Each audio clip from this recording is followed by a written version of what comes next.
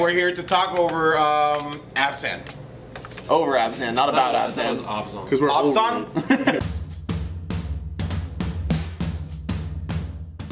Alright, what's up guys? I'm Kyle here for a deck tech this week. We're going to be looking over Abzan. I've got my friends Sal, Robert, and Dash here, and this is actually Sal's deck, so we're going to start off by asking him a question. So it looks like you've kind of gone a little bit interesting build. You're definitely more heavy on the Planeswalker package.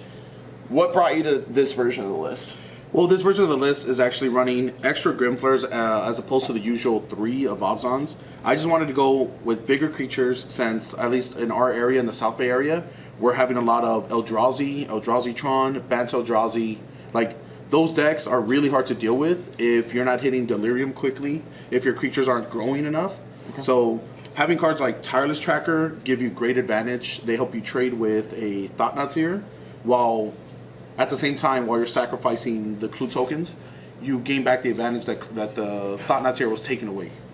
Right, it looks like your game plan kind of here, like you said, there's a lot of creature decks around in our area, and a lot of the bigger creature decks. We've got the Eldrazi-Trons and the Bant Eldrazi, and this looks like a way that you can outvalue all of those decks that are also trying to be aggressive and big. Yes. So the thing that Jund, Abzan usually have trouble with are heavy mono decks. Like, one of the bad matchups here is Tron. Okay. If you notice, like, sideboard, I have 0 Tron hate because it's one of those I just accept the loss. Like, I can bring in like Stony Silence, and Maelstrom Pulses do help deal with the things. Right. But like Ugin hits, you're done.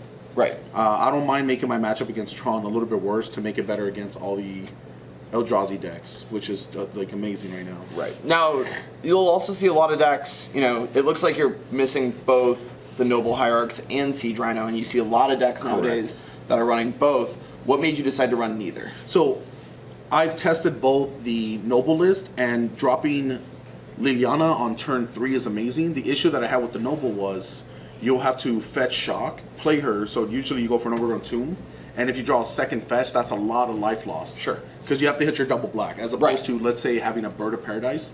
It'll make it easier to get your double black to cast her. Sure. So, I cut the Nobles just because late game, they were really, really bad top decks against the mid-range decks. Okay. Like, you get into top deck mode, which is usually what these green, black X decks usually do. Mm-hmm. And once you rip the Noble Hierarch, you're kind of just sitting there hoping it was another, the extra Grim Flayer. Any other creature, a removal spell, something that could help you punch through. Correct. And also, the Siege Rhinos, before they printed the new fast lands, Siege Rhino was great because it helped you gain a lot of life. Right. So with the fast lands, my logic of thinking with that was, if I'm playing less fetches and less shocks, that's life I don't have to gain in the future. So the fast lands help gain a great advantage on that. And my 4-drop slot became Gideon's. So what ended up happening is a lot of the games against control decks, again the Bantrazi decks, mid-range aggro decks, about 70% of the time, I usually bring in Gideons to deal with those kind of decks. Sure. Because they're just grindy matchups, so we're just going to sit there for ages. So what I realized is when I did bring them down, they usually help me win the game. Whether you emblem for your Lingering Souls to swing in the air, or just to produce the 2/2 tokens as chump blockers. Okay. It's amazing. So I decided to cut the Siege Rhinos, work on my mana base a little bit more, and then run the Gideon so it opens up extra slots in the sideboard. Alright, and it looks like with your lands you got 9 fetch lands, 4 of the fast lands, but you choose to omit the Razor Verge Thickets. So you wanted all your, because you want turn 1 black, I'm assuming, because you have Thoughtseize your Inquisitions.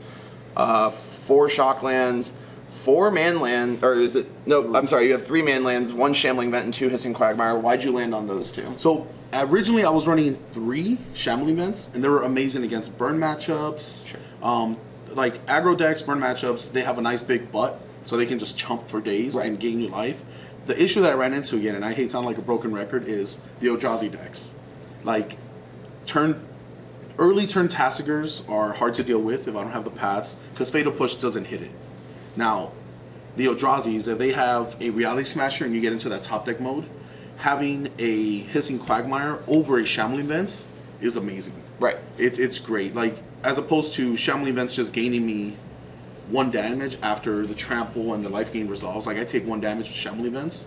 Hissing Quagmire, I'll take the 3, but I get rid of an entire card. Sure. It's great value. It's worth the trade. and it's only 3 mana, and my curve is usually really, really low to the ground. Yeah, once you're hitting that 4th land to be able to activate it, you don't You're mind in the getting rid of zone. that land at that point. Do either of you guys have any questions for him? I noticed one of Nihil Spellbomb and Anafenza. Is the meta call for this, or is it just a way to get Delirium, or just So- a beater late game? Awesome question. So, Anafenza slot was my Collective Brutality, which is a great, amazing card. Anafenza she's good and bad against like burn. She's bad because she's really hard to cast, but once you get her down, she's hard to deal with. Their Atarka's commands become like a lot less useful. There's a lot of graveyard recursion. Some of the meta stores around the area are running very heavy like control. So like Kolaghan's command Snapcaster is just amazing synergy. So being able to cut them off of that is great. With Dredge, like being bigger in the earlier in the month in the few months, she was great. So I brought her back in. She's just a great low mana curve for a big creature. So before, some of the older decks were actually running Tassigers, which are amazing for just really early on, big 4/3 you get on the board. She takes up that slot. She is the more of the bulky card from here. As for the Nihil Spellbomb, I used to mainboard 2, and they're great. It's mainly there for the Delirium for the Grimflare. Yeah. Like, noticed that. yeah, like if I have it, it's great. It draws you a card. It gets rid of graveyards. Mid game is also good. Late game, it's not a bad top deck.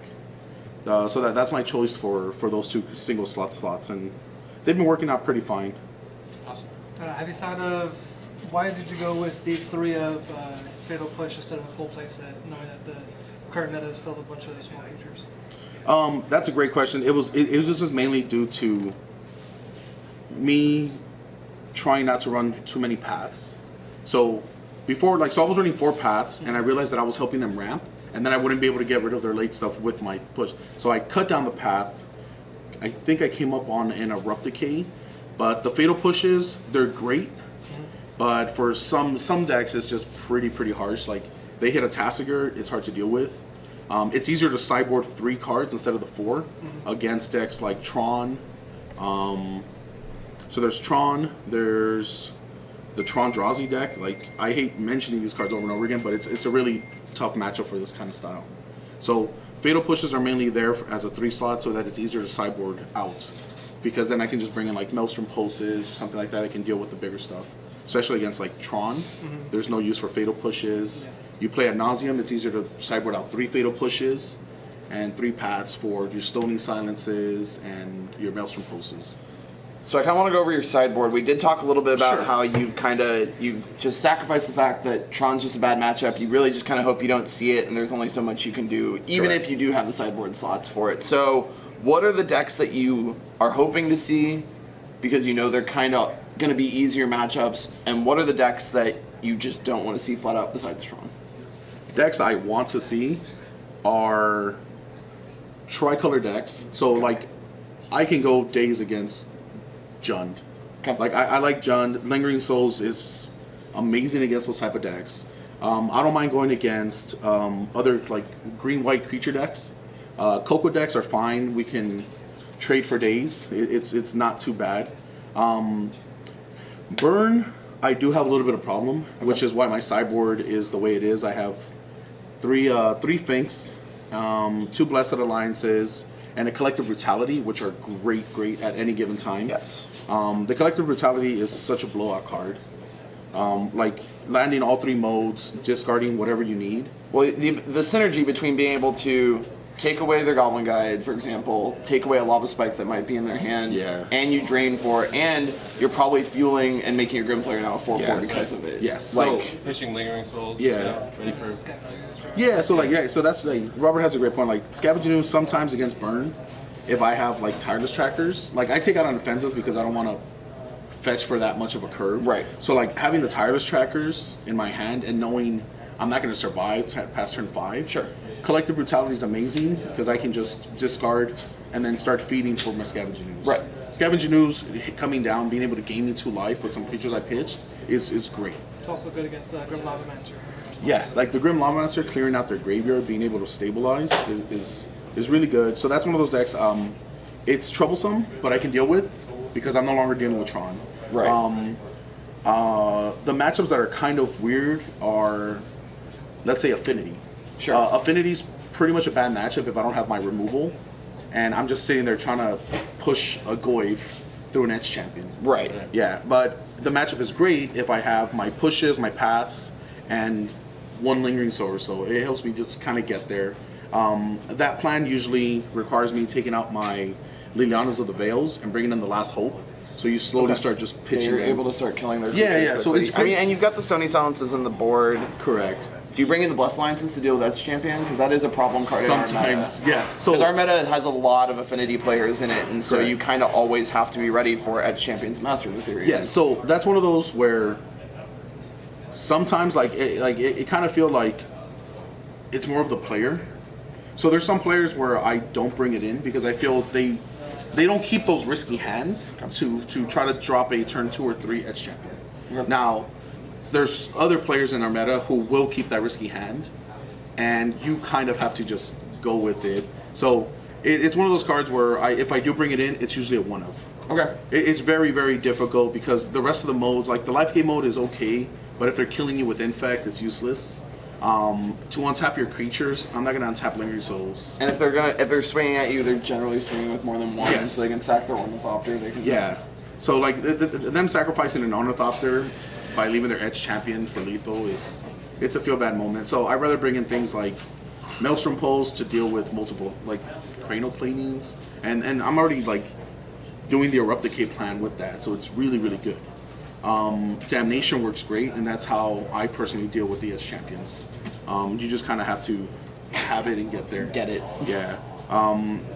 The Collective Brutality is actually one of those cards where it's really iffy to bring it in against Affinity. It does work as another removal, but it's sorcery speed, and you need to be able to interact on their turn. Correct. To start setting up your plan. An interesting card that comes out against Affinity is Tireless Tracker. Yeah. I can Yeah. see that. It's So- just too slow. Well, besides it being slow, if I get to the point where I'm casting him and I'm making tokens and I have a Stony Silence on the field, You've already won. I'm not already won drawing. the game. I've already won the game, and I'm not drawing any value off of it. For that matchup, Lingering Souls mentioned before is great as long as you deal with Steel Overseers. Yes. Things that can get through edge champions at times are Grim Flares. Moving up to the 4 Grim Flares recently against end champions and Delirium has been really good. They're taking 2, they're hitting you back. It's really great, and it helps you just mill your Lingering Souls to get to what you need. The Gideons usually come out on that sideboard because it's just too high of a card. Yeah, again, you're just trying to stay as low to the ground Yeah. as possible. Now, we've kind of talked about how this is kind of a deck that's more geared towards our meta. We've kind of figured Correct. out across all 4 stores that we like to go to play Modern. This is what's good. What if you say we've got GP Vegas coming up in a month and a half? Mm-hmm. Are you gonna run? Is this the 75 you would run? Are there things you would change to the main deck or the sideboard against a more unknown meta? Or would you or are you happy with where this has become and you're just gonna stick with this? I'm comfortable with this. Okay. If I do decide to take this deck list to Vegas, it'll be due to the fact that I'm just comfortable with the deck. Okay. Some people might just take decks that they're comfortable with and just hope you don't run into the bad matchup. Right. As for the sideboard, I think the sideboard, the Kitchen Finks slots are 3 elves right now. For bigger events like GP Vegas, I do think those go back to Fulminators. Okay. Now, like the only thing there is I would have to find a slot for surgical extractions or so. But it's usually a bad matchup on its own, and Fulminator Mages wouldn't be that bad. Like if I have them, I'll get there. They can also come in for Jund, control decks with Manlands, stuff of that sort. So I have lost some matchups due to not having the Fulminators. Right. But it's the win ratio. It's the payoffs you have to take in this format. There's just Correct, so many so- decks, and there's yeah. only so much you can be prepared for. Yeah, so it's only like 1 or 2 mainboard cards that I might switch. Like, I might go back up to a 3rd Thoughtseize for GP Vegas just because hand disruptions are like great for unknown. Yeah, in the unknown world, you kind of just want to be able to pick. So apart there's what probably about five slots you can. Okay. that I could probably switch up with and be comfortable with taking to Vegas. So it's not too much of a difference. It's just understanding. Right. You know. So I have a question. With this 3-color mana base, it looks really on point. How afraid are you of a Blood Moon? Very And afraid. what can you do about it? Like, if you turn game 1, whatever, turn 1 Blood Moon. How do you side against that for the next 2 games if you want to? So for the next 2 games, it's very difficult. It's not more of a fear of Blood Moon. It's like trying to respect it. Yeah, exactly. You want to respect Just Blood Moon. Hopefully you don't see it, right? Like, Correct. just So don't go like that for quick. Blood Moon, usually if Affinity Game 2, they usually have it. Right. Some random decks are just running it out because it's such a blowout card against like these greedy I've mana noticed. base. Yeah. For that kind of stuff, I do have Abrupt Decays to deal with it, but I have to set up my mana base. Right, yeah. So I only have 3 basic lands here. So if I have Blood Moon, if I know I'm going up against a Blood Moon deck, I have to play it very safe. So either Expect it to come in and yeah. So This card will help you. hopefully yeah. Thoughtseize is gonna get it out. yeah, so like Thoughtseize and Inquisitions are great Right. against it. Usually the game plan hasn't been Thoughtseizing them away from them. The game plan is usually keeping mana open for an end step Abrupt Decay. Right, doing smart fetching and trying Yes, to yeah. go out from under it, like Another get all the stuff great out first. sideboard card that had been going into the sideboard that I was testing earlier this month was Dromoka's Command.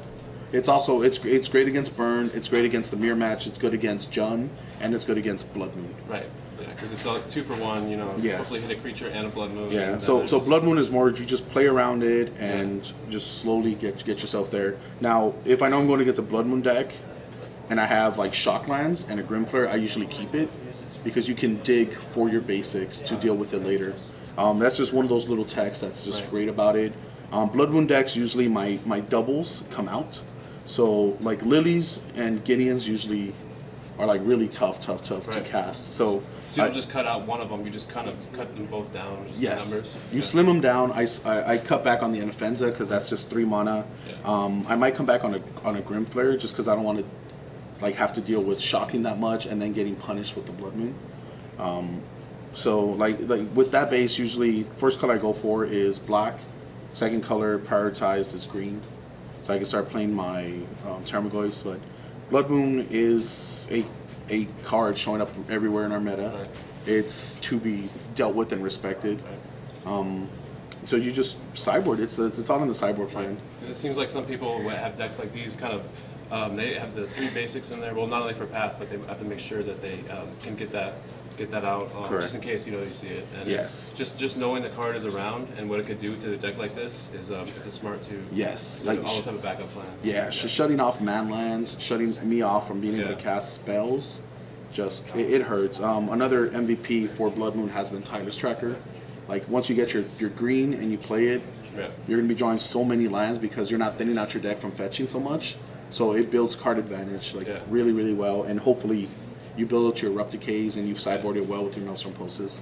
Right. Is there any card from the new set that you feel like might have a potential spot in this deck at all? Or? That's an awesome question. I'm not sure on the name. Maybe you can put it up on the screen. It is the new card where you create 2 white tokens, and then it has the aftermath in the graveyard where you can destroy a creature. And you only lose, your only downside is sacrificing the creature. So in a deck where I'm creating allied tokens, lingering souls, and this thing, it's an unrestricted card to get rid of a creature. Right. Such a blockers early against, like, especially like we talked about, again, the Eldrazi Menace. Correct. You set up blockers early and then you can throw it down, or then you can pick off one of their thoughts not Yes, later. and then start. Yeah, so that's one of those cards where I've been considering it. I'm in the process of like proxying one or two, and just having it as the extra slot of, let's say, an Anafenza slot. It's a great utility. It's like I said, it's building tokens. It's an unrestricted card that destroys a creature, and if I'm just sacrificing a token, I feel the value is there. Right. So that's the main one that I'm considering from there. I obviously have to wait and see what other people are thinking and testing out to see if it deserves a spot. Right, and it's kind of like a flashback in the sense that if you do hit it with Grim Flayer and it's in your graveyard, it's like a free spell. Right? Correct. Yeah. Yeah. It's amazing. I love that, like, they're making those type of cards.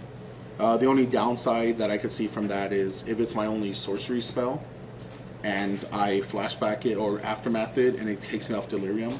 It's just something I have to think about to play around, which is why I'm not running like Tassigers in this deck, because playing the Tassiger and shutting off Tasker your and Grim Flare Flare, is a nombo. Yeah. pretty bad nombo there. My results have been like above average and positives, so I've been liking it. That's pretty much it. Sideboard, Blessed Alliance are great, just overall.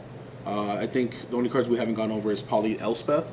Yeah, I was going to ask you about that. So when do you bring that in? Elspeth, it's great against Eldrazi's once more. Mid to late game, being able to play her down and wipe their board and possibly draw from Thoughtseize triggers are amazing. There's a lot of control decks that can't recover off of it. Like once you get that many on the board, like Supreme Verdicts can only do so much. Their bolts become like they just lose out value trying to get like ticker down. The ultimate is great. You rarely get to do it because it's such a blowout card. Right. It's the card that kind of rewards you for having 6 mana, and it's just, well, it's time to win, right? Correct. Yeah. Like it's an answer they have to deal with. So then you go on more of like the token plan. You're producing tokens with Elspeth. Gideon's producing tokens, and you're just sitting there behind a wall and protecting your lilies if she's gonna ultimate. You can swing in with your like tramplers, tireless trackers, goys, and it rewards you for it. It's really good card. It's very punishing sometimes if you don't hit that curve.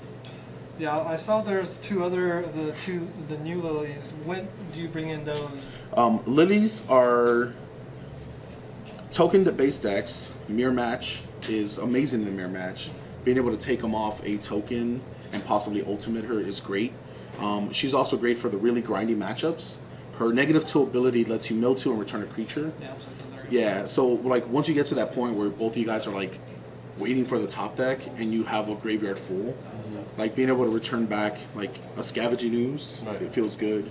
A Goyf to pressure, a Tarmogoyf, like being able to return anything back from her ability is great. Being able to shrink something in a combat to force them not to block is also amazing. If she ultimates, it's one of those other things where you're pretty much winning the game. Yeah, like just play some defense and you'll eventually get there, right?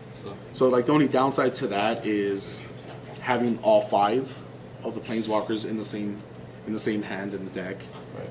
Then you're kind of just either pitching Lilies to Lily's ability, or you're kind of just waiting there for them to answer one of them to drop the next. That's one of the downsides to it, but grindy matchups, affinity. What are the other decks I usually bring it in? You don't bring it against like the big mana decks. Like a fast goblin or a burn deck or something. Usually for burn, Actually, no. Lily's the current Lily's better. So against burn, if they have like 1 or 2 creatures, even just dumping her down and plussing her could get rid of their land for landfall trigger, a creature or burn spell. And then you're kind of time walking them, as in they're gonna swing at her to get rid of her. So this is just usually better for burn. Because that's kind of what you have a problem with, getting those guys, Planeswalkers that cost 3 out there. I noticed your sideboard has a couple Blessed Alliance in it, so maybe even, just anything else, like by Lilliana, by the time that you bring her out there, the hand might not even be an issue, but they sacrifice a creature, so it seems like they're both, pretty good against burn. Yeah, they're both pretty good against burn. They have card advantage for you, which probably they won't have. So, correct. Yeah. So we go back. Like the only issue in that sense is having multiples of the same card. Yeah, exactly. Yeah, So but other than that, she's great. She's been doing really well. I'm glad her being printed. She's putting results in modern. And I'm running multiple cards that have been printed in standard in the last year or two, like the Gideons, the Pushes, the Lilies, the Blessed Alliance, Grim Flares. Like half this deck is standard. And they're just really good cards. They work really well together. And I'm glad I chose this over Jun build, which was my original plan. But paths over bolts was the main decision factor. And I'm glad in the long term the Fatal Push came out. It's a solid deck. I like it. It looks like you really got something going here. I'm glad it's been working for you, and thanks for joining us today. No problem, guys. Thank you, guys. Thank you guys for joining us today. If you're from the South Bay or Southern California, we hope you'd like to join both the Comic Bug in Manhattan Beach on Mondays. For Modern, we do it at 6:30. It's a $5 entry. And then on Wednesdays, we also do it at Collector Legion in Gardena. It is also at 6:30 and also a $5 entry. We hope to see you there.